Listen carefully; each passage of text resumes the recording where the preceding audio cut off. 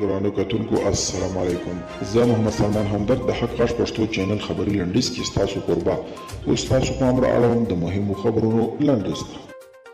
په پاکستان کې یو وزیر هغه څرګندونې بیرته اخیستې چې مخکې ویلي وو چې د فرانسې ولسمشر ایمانویل مکرون د مسلمانانو سره داسې چلند کوي لکه نازیانو چې په دویمه نړیواله جګړه کې د یهودیانو سره سلوک کړی و.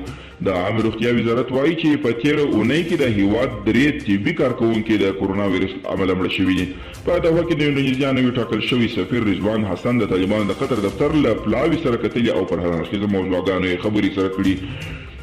په G20 کانفرنس کې راغلو ګډو هیوادونو پر دا پریکړه هوکړه کړې ده چې د کورونا وایرس داسې ویکسین به جوړوي چې غریبانو ته هم ورسیږي.